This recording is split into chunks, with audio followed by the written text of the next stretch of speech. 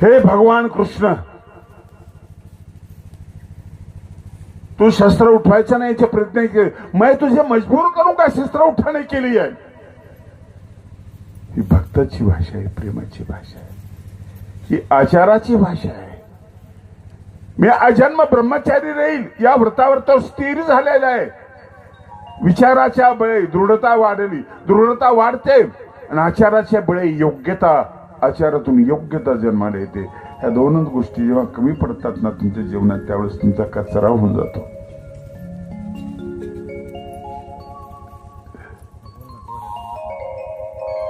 कचरा होतो तुमचा. संतांना खूप छेडलं लोकांनी, वेगवेगळ्या प्रकारे छेडलं. आता चालूच आहे. एक संत बदनाम केल्याशिवाय सोडला नाही, सगळे बदनाम केले, तुकोबांच्या पाठी मागे लागले. आणि मग सुचव काही लोकांनी एका वेशाला सांगितलं की तुला पैसे देतो, तू जा तुकोबाच्या मंदिरात जा, नाचत जा, गाणी तू लावणी म्हणत जा आणि तुकोबांना गाठ. ती नाचत गेली, लावणी म्हणत गेली. पायामध्ये घुंगरं होते, तुकोबाच्या पायामध्ये घुंगरं होते, तेही नाचत होते, ते अभंग म्हणत होते. ही नाचली, थकली, अभंग संपला. तुकोबा म्हणाले, तैसे नव्हे बाई आम्ही विष्णुदास. प्रतिज्ञा, आचाराची योग्यता. ती रडली, पायावर डोकं ठेवलं, म्हटलं महाराज माझं चुकलं, पूर्ण चुकलं माझं. लावणी अभंगा पुढे हरलेली आहे.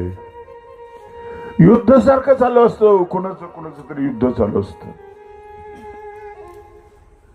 आचाराला आपण टक्कर देऊ शकत नाही. आचारवंत पुरुषामध्ये सामर्थ्य असतं. आचाराच्या बळे योग्यता वाढते, वृत्ती स्थिरावते विचाराने. आपल्या वृत्त्या प्रवृत्त्या विखुरलेल्या असतात, कधी असं कधी तसं. कुठे स्थिर आहोत आपण? काल परवा कुठे माणसं स्थिर होती? कधी या नेत्याच्या मागे, कधी त्या नेत्याच्या मागे. 300 रुपये रोज मिळालं की कोणाच्या मागे? वृत्ती कुठे स्थिर आहे आपली?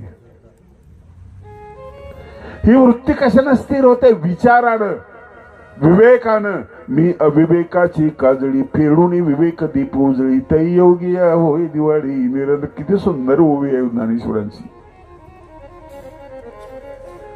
विवेक महत्वाचा आहे, विवेक. आणि विचार म्हणजे विवेक. सामर्थ्याचे धनी संत माये बाप, जाळी ती पाप या जीवाचे. भावा भावानी प्रभावाच्या राशी. आपल्या भोवती काय आहे? आपण कशामध्ये गुंतलो? भावामध्ये, अभावामध्ये आणि प्रभावामध्ये. मी अमुक असल्याचा भाव, लोक दूर गेले.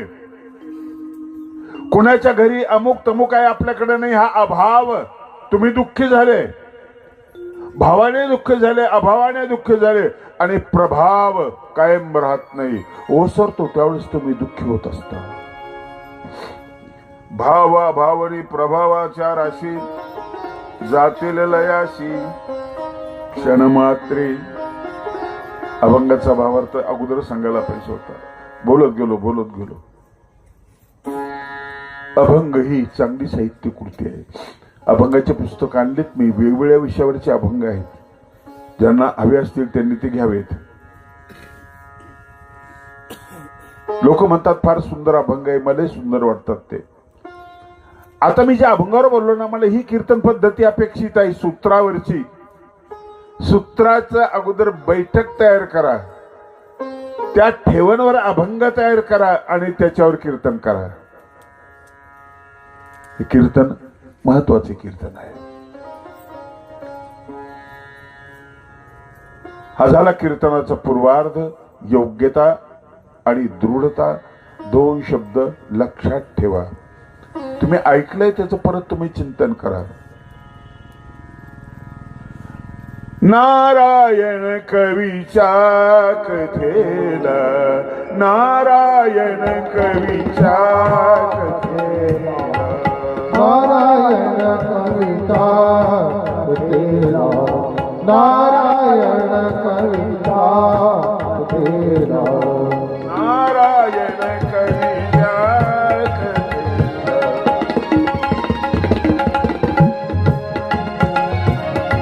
नारायण कविता तेरा नारायण कविता तेरा बळग्रामी रजपुती राजा बळग्रामी रजपुत राजा सुखात होती सारी प्रजा सुखात होती सारी प्रजा येथे जन्म झाला कवीचा नारायण कवीचा कथेरा नारायण कविता कथेरा नारायण कविता कथेरा जळगाव जिल्ह्यामध्ये बहाळ नावाचं गाव आहे. त्या गावामध्ये एक संत होऊन गेले, कवी होऊन गेले, खानदेशचे कवी. मानवांच्या 7 ग्रंथामध्ये त्यांचं एक नाव आहे, एक ग्रंथ आहे.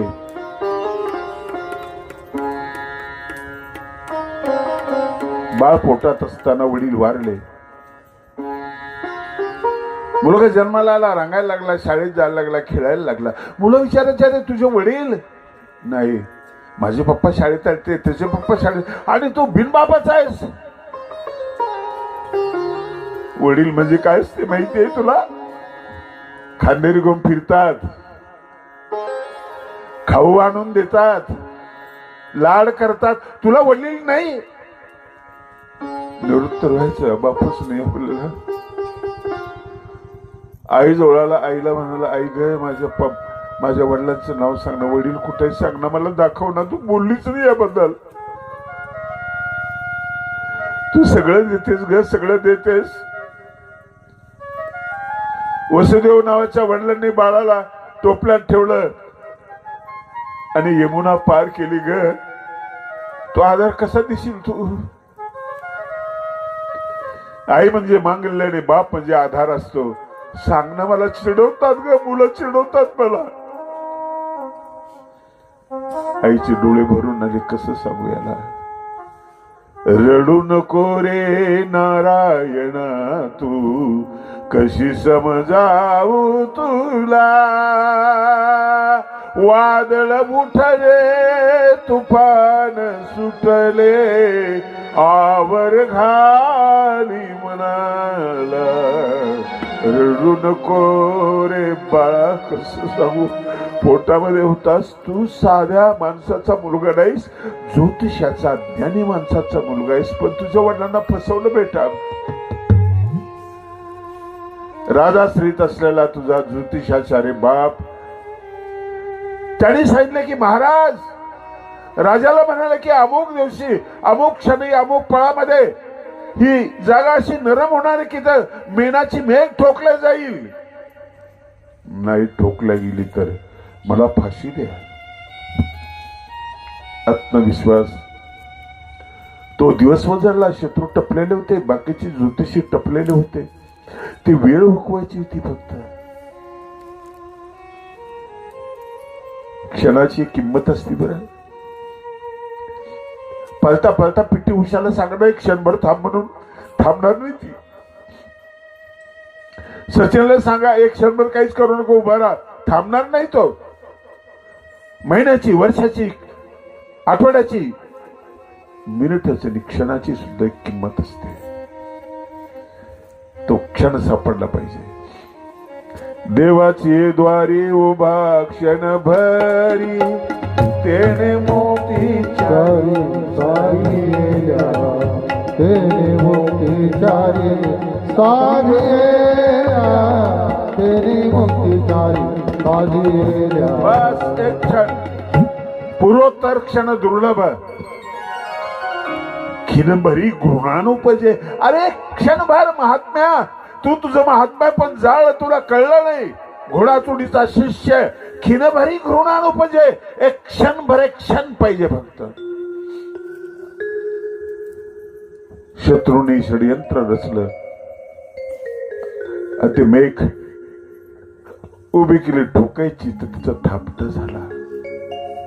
फाशी दिली बाबा तुझ्या बापाला. धोक्याने फसवलं तुझ्या बापाला. बाल मनावर परिणाम झाला. नाजूक फुलासारखं असलेलं मन त्याचं कठोर बनलं. बंगालमध्ये गेला, तिकडची तंत्र मंत्र विद्या शिकला.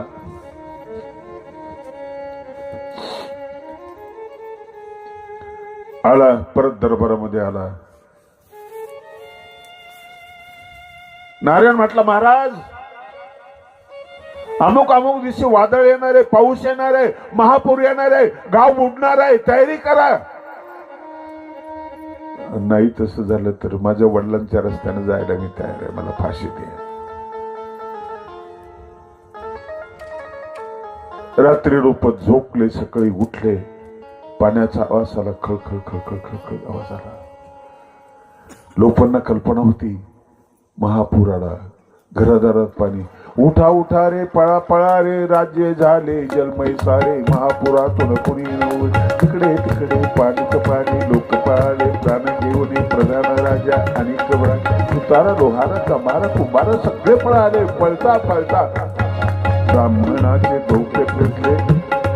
पळतायत लोक, मरणाच्या भेण्यानं पळतायत. दिसली टेकडीवर गेले सगळे, राजा प्रधान नारायण सगळे अगोदर जमलेले होते त्या ठिकाणी, आणि खाली नावा पाण्यामध्ये होत्या. ज्योतिषी पोचले होते. नारायणला बदला घ्यायचा होता. नारायण म्हणाला की या नावामध्ये उडी मारली की तुम्ही वाचाल, टेकडी बुडणार आहे. पहिले ज्योतिषांनी उड्या मारल्या. राजा उडी मारायला लागला. हात धरला, राजा थांबा. सगळी माया काढून टाकली. आभास होता सगळा. खडकावर आपटून सगळे ज्योतिषी मरून गेले. खुश झाला, आनंद वाटला, पण क्षणभराचा. मुलांचा आवाज कानामध्ये येत होता.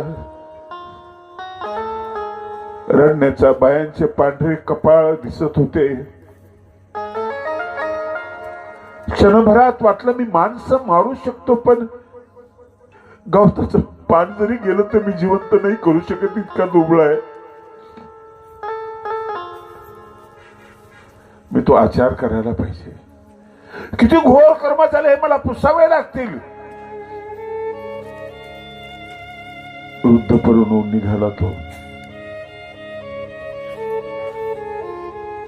मळलेलं शरीर, मळलेलं मन, मलिन झालेली बुद्धी धुवायची आहे, कर्म धुवायचे आहे.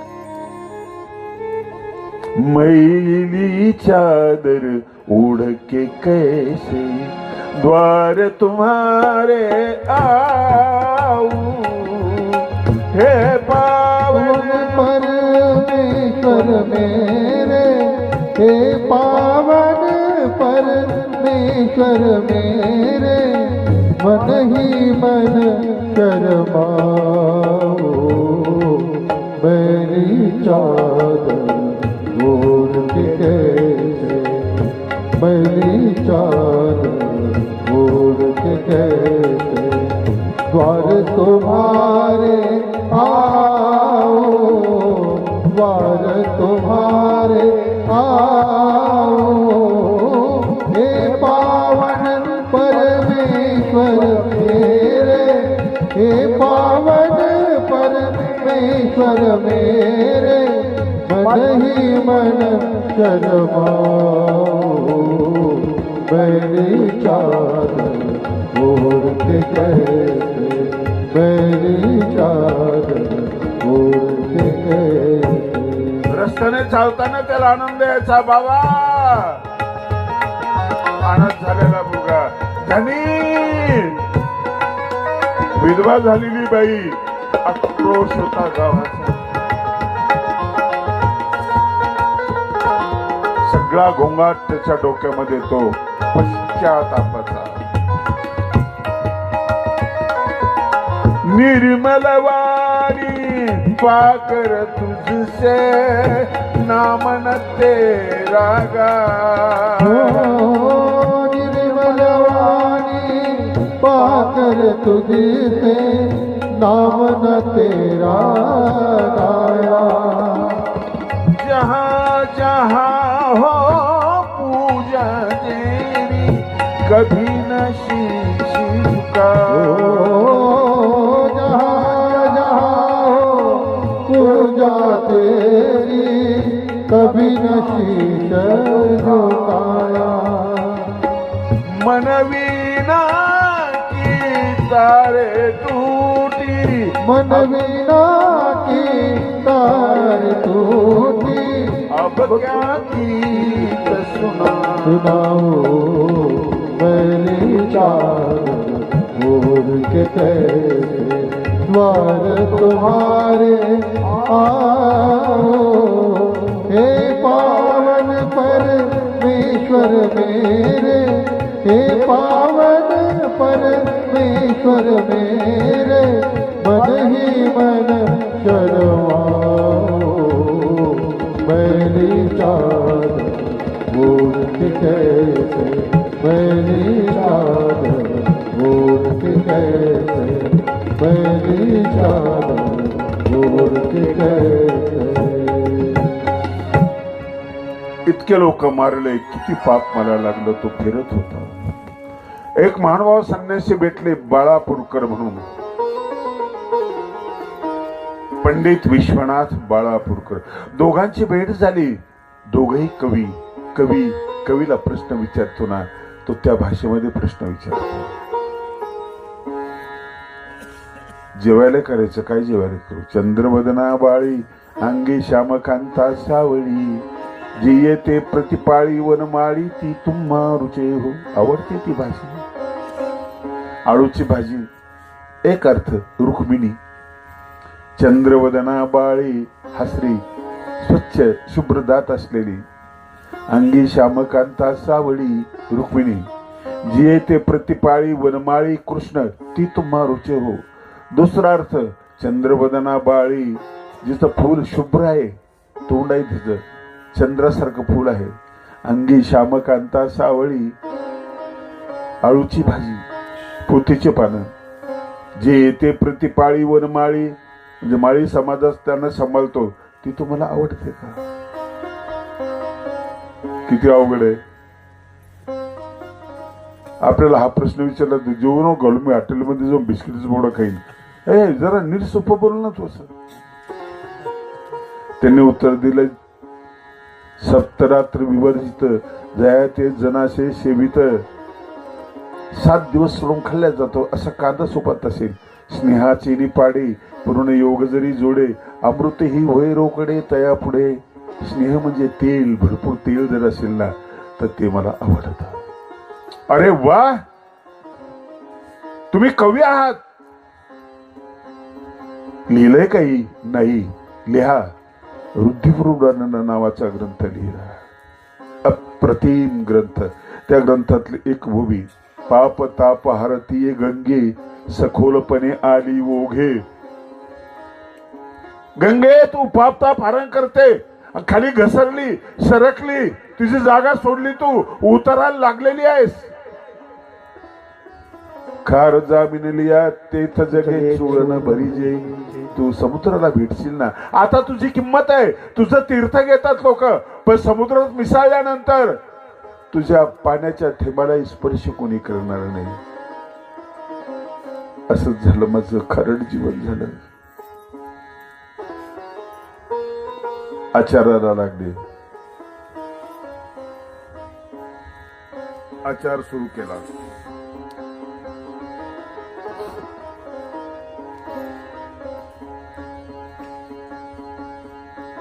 भिका म्हणे झाले मानवाचे नाणी भिका म्हणे झाले मानवाचे झाले मानवाचे भिका म्हणे झाले मानवाचे याची वचनाने आचार्य योग्यता विचारे दृढता याची वचनाने साकारले याची वचनाने साकारले साकाचे धनी संत माय साकाचे धनी संत माय सामर्थ्याचे धनी संत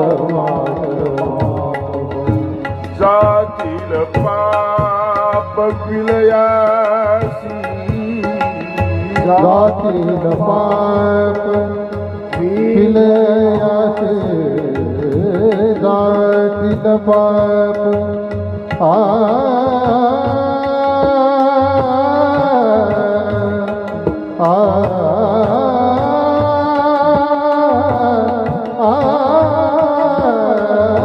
जातील पाप विलयासे जातील पाप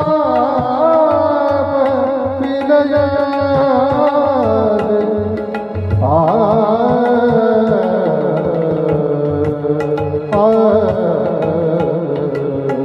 जातील पाप विलयासे विलया मिले सुर मेरा तुम्हारा मिले सुर मेरा तुम्हारा तो सुर बने हमारा सुर की नदिया हर दिशा से सुर की नदिया हर दिशा से बहते सागर मिले बादलों का रूप लेकर बहते हल्के हल्के ओ मिले सुर मेरा तुम्हारा तो सुर बने हमारा विलया सामर्थ्याचे धनी संत माय सामर्थ्याचे धनी संत माय बाब सामर्थ्याचे धनी संत माय बाब सामर्थ्याचे धनी संत माय संत माय संत माय पुरुषांना विचारतो आजचं सूत्र कोणतं होतं? भिक्षुक नका सांगू, ग्रस्त मंडळी. माग आणखी छोटाही सूत्र. अभंग नका सांगू, सूत्र सांगा. हा, महिलामधून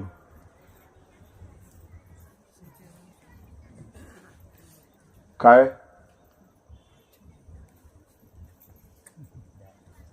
तुम्हाला लाडकी बहीण केलो एवढंसं सूत्र सांगता येत नाही तुम्हाला? पगार आला का? स्वतःला पुसत जाणं अध्यात्माचा स्वभाव आहे. स्वतःला पुसत जावं, उभारू नये स्वतःला. अभंगावरचं कीर्तन केलं, मी अभंग केलेलं आहे, कळमकर बाबांनी अभंग केले. आपल्या उपदेशी पुस्तकं वाचत नाहीत हो. मी कालही बोललो की कपाळाला 100 रुपयाचे नोट लावतील आमचे, पण 10 रुपयाचं पुस्तक घेणार नाही. कपाळ ठणकतो माझं.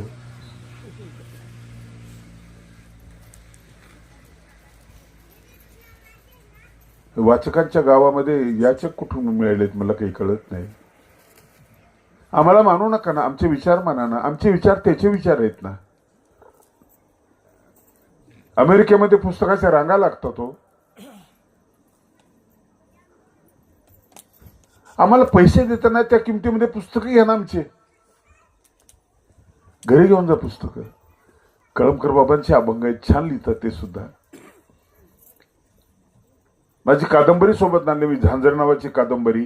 ढोऱ्या डोंगरावरचा शेवट तिचं झालेला आहे. ठीक आहे, टाइम जास्त झाला, बोलता बोलता जास्त बोललो मी.